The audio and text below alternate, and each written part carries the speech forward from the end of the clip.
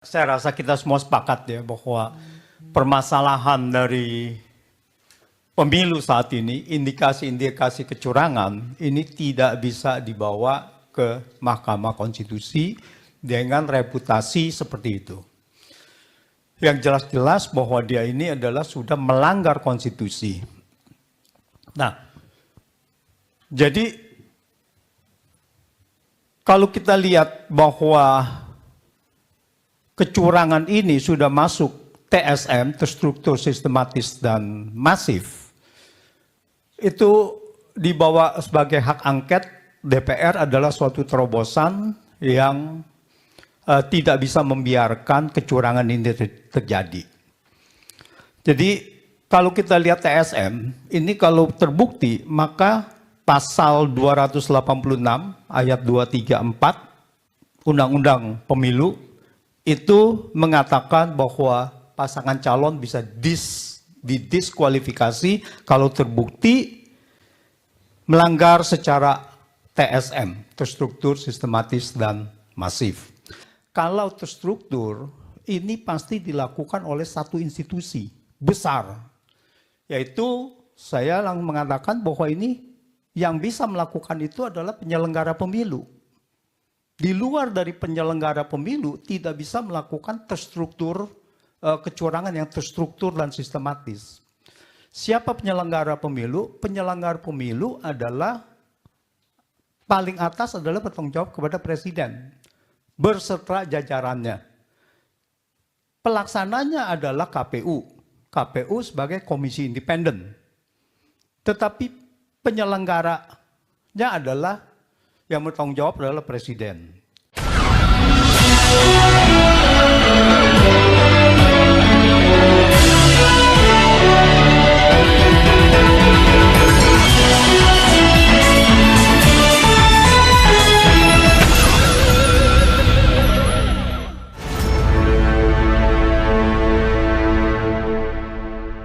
Mas Antoni, ini Anda ini kan kalau saya amati ini memang lebih pada ekonomi politik ini, Mas Antoni, ini bahasanya ya. Anda mesti mengaitkan antara politik dan ekonominya ini dan dampaknya seperti apa. Ini menarik sekali karena saya membaca di media kemudian bahwa pasar itu menyambut positif kemenangan dari Prabowo Gibran. Saya bertanya-tanya itu sebenarnya pasar yang mana begitu ya kan. Silakan. Terima kasih Mas Hersu. Jadi saya rasa kita semua sepakat ya bahwa permasalahan dari pemilu saat ini, indikasi-indikasi kecurangan ini tidak bisa dibawa ke Mahkamah Konstitusi dengan reputasi seperti itu. Yang jelas-jelas bahwa dia ini adalah sudah melanggar konstitusi. Nah, jadi kalau kita lihat bahwa kecurangan ini sudah masuk TSM, terstruktur, sistematis, dan masif, itu dibawa sebagai hak angket DPR adalah suatu terobosan yang tidak bisa membiarkan kecurangan ini terjadi. Jadi kalau kita lihat TSM, ini kalau terbukti maka pasal 286 ayat 234 Undang-Undang Pemilu itu mengatakan bahwa pasangan calon bisa didiskualifikasi kalau terbukti melanggar secara TSM, terstruktur, sistematis, dan masif. Nah sekarang apa yang dinamakan dengan TSM, terstruktur? Tentu aja kalau pelanggaran ini ada terstruktur, ada kasuistis. Kasuistis itu adalah sporadis, dilakukan oleh orang perorangan. Tadi Bang Ucok sudah katakan, kalau terstruktur, ini pasti dilakukan oleh satu institusi besar.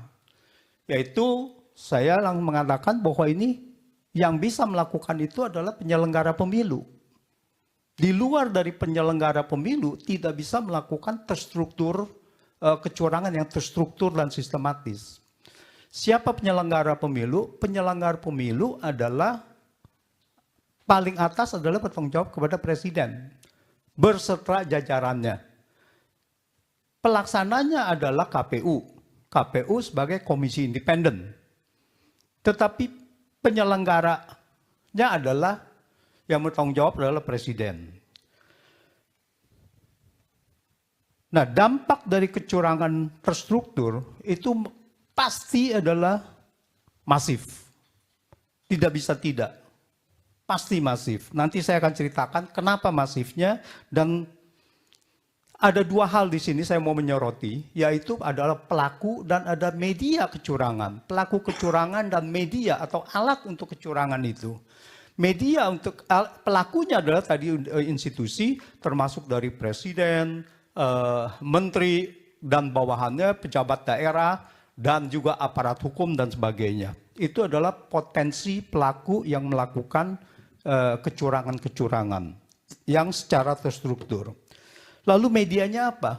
Bagaimana melakukan kecurangan itu? Nah, medianya adalah, satu adalah politik uang. Politik uang yaitu dengan bantuan sosial. Bantuan sosial itu ada 5, bantuan beras, ada bantuan langsung tunai dan sebagainya. Termasuk program PKH itu, program Keluarga Harapan. Dan yang kedua adalah ini yang sudah dilakukan oleh presiden, yaitu menaikkan gaji dan tunjangan. Dan saya mengkategorikannya sebagai suap kebijakan. Berdasarkan kebijakan itu dilakukan untuk memberikan kenaikan. Karena apa? Karena kenaikan gaji ini harus dipertanyakan dan nanti diangket itu, apakah ini sesuai prosedur atau tidak? Siapa yang menentukan kenaikan gaji itu? Apakah presiden? Nah, itu. Yang ketiga adalah alatnya adalah intimidasi. Kita tahu intimidasi dilakukan siapa? Kalau ada, yaitu aparat-aparat hukum memegang kekuasaan. Dan yang keempat adalah lembaga survei dan quick count. Ini adalah bagian opini sebagai alat untuk kecurangan tadi. Opini yang awalnya di sekitar Agustus, elektabilitas Prabowo hanya 30%. Begitu Gibran dicalonkan menjadi cawapres, lalu elektabilitasnya naik menjadi 40% lebih. Mendekati pemilu, elektabilitasnya adalah satu putaran 50% lebih. Nah, ini kita harus lihat bagaimana kemudian real count-nya si rekap tadi disesuaikan dengan target. Ya, tadi Pak Jaswargoto itu mengatakan kalau kita set 51 dia akan keluar 51, kalau 58 dia akan keluar 58. Bahkan saya sangat surprise bahwa IT ini diset sebelum pemilu, dikondisikan bahwa kemudian dengan simulasi random tadi itu menjadi yang dengan sesuai itu. Makanya itu Prof. Kusno bahwa quick count selalu sama dengan real count. Itulah pengkondisiannya gitu. Nah, itu kelimanya. Lalu pelaksana lapangannya siapa? Dalam hal ini adalah bansos, terutama adalah presiden yang membagi-bagikan bansos, menteri dan pejabat di daerah dan sebagainya. Nanti saya akan kasihkan kronologisnya. Dan kedua adalah tentu saja ada intimidatornya, dan ketiga adalah memberdayakan anggota pelaksana pemilu, yaitu anggota KPU dan sebagainya. Dan keempat adalah yang menguasai IT. Nah, kita lihat untuk pelaku institusi pemerintah. Kita lihat pengumuman cawe-cawe itu diumumkan oleh Presiden Joko Widodo itu sekitar bulan Juni kalau nggak salah. Juni 2023. Dan kita semua merasa pada saat itu adalah mau cawe-cawe untuk Ganjar atau untuk Prabowo. Kita bertanya-tanya. Tapi kemudian kita surprise bahwa Agustus ada masuk uji materi untuk batas usia minimum capres dan cawapres. Nah, inilah sebetulnya cawe-cawenya.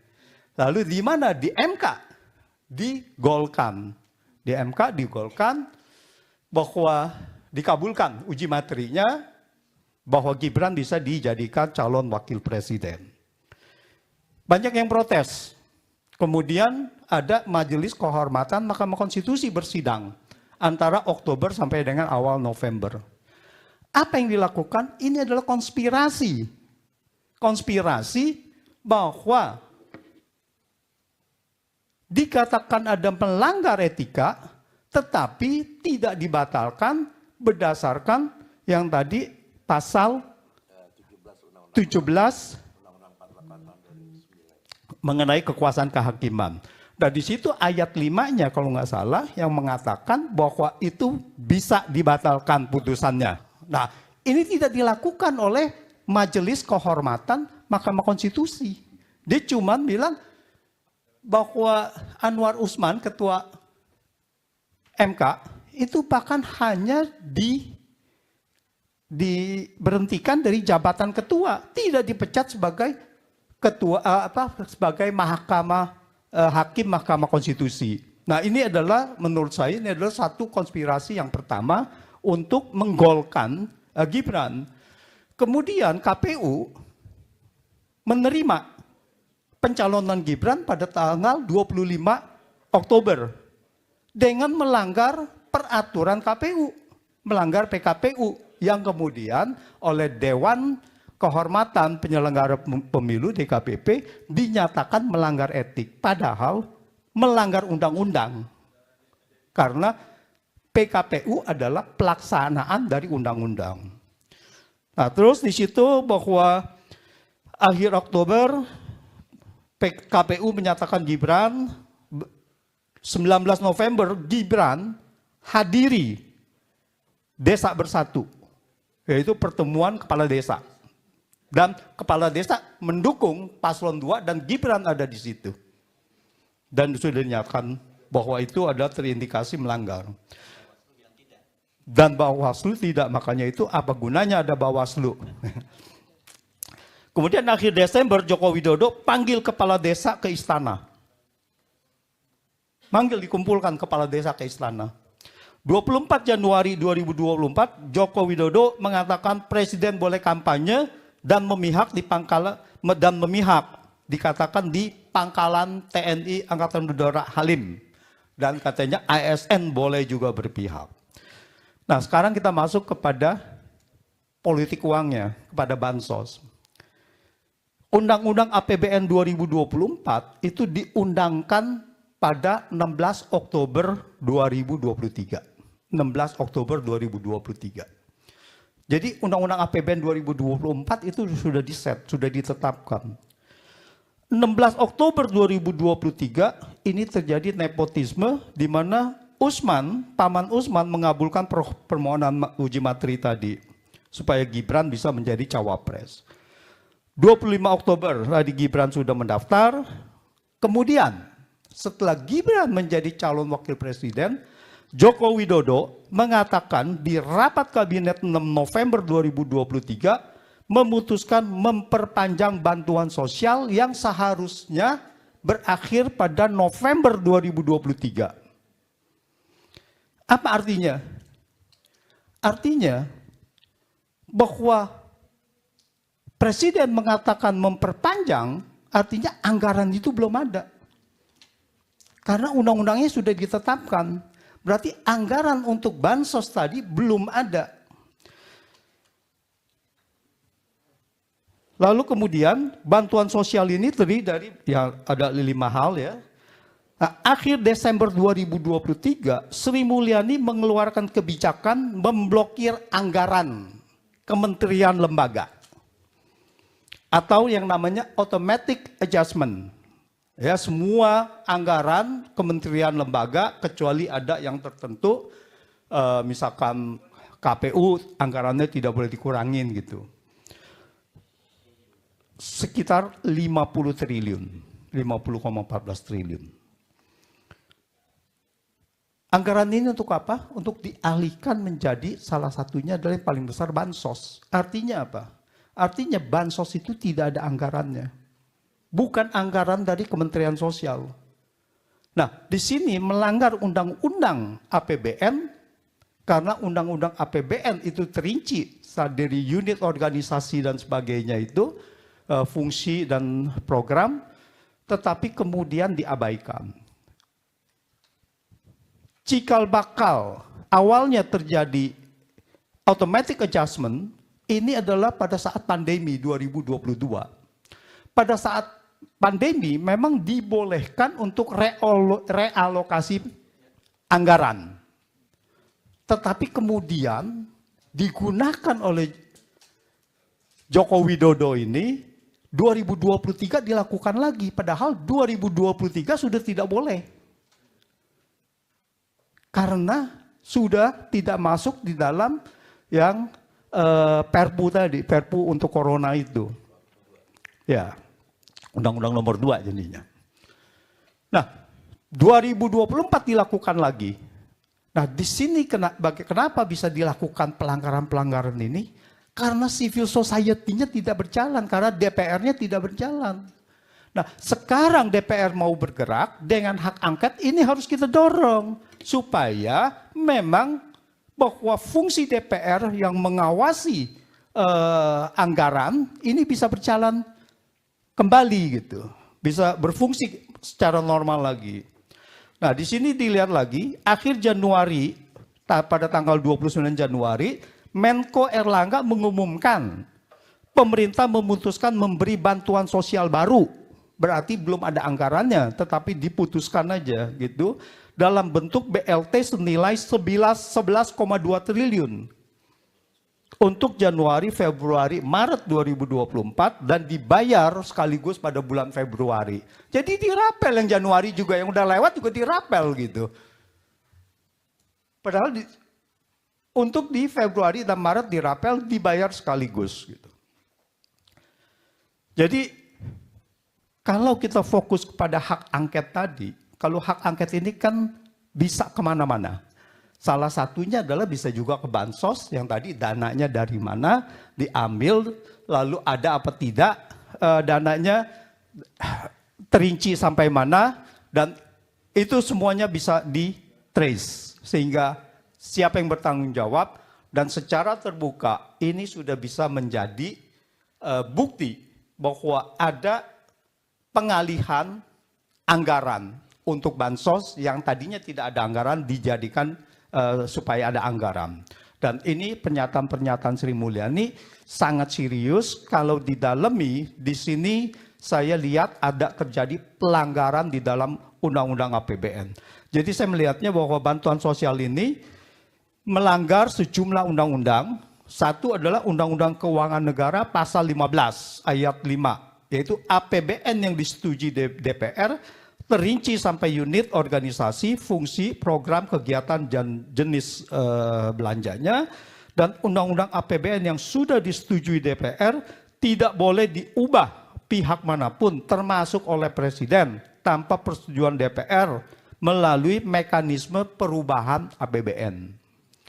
Undang-Undang nomor 28 tahun 1999 tentang penyelenggaraan negara yang bersih dan bebas KKN. Pasal 5 dan ayat 4 mengatakan setiap penyelenggara negara wajib untuk tidak melakukan korupsi, kolusi, dan nepotisme. Yang dimaksud dengan nepotisme adalah setiap perbuatan penyelenggara negara secara melawan hukum yang menguntungkan kepentingan keluarganya dan kroninya di atas kepentingan masyarakat, bangsa, dan negara. Dalam hal ini, bantuan sosial yang diberikan oleh Joko Widodo merugikan keuangan negara untuk anaknya sebagai cawapres. Dan Undang-Undang nomor 31 tahun 99 tentang pemberantasan korupsi, di mana di sini adalah menguntungkan, menyalahgunakan kekuasaannya, menguntungkan pihak lain, yaitu dan pihak keluarganya. Jadi saya rasa ini sangat serius di dalam Undang-Undang Keuangan, di dalam APBN ini, dan ini harus diusut tuntas. Demikian Mas Heru.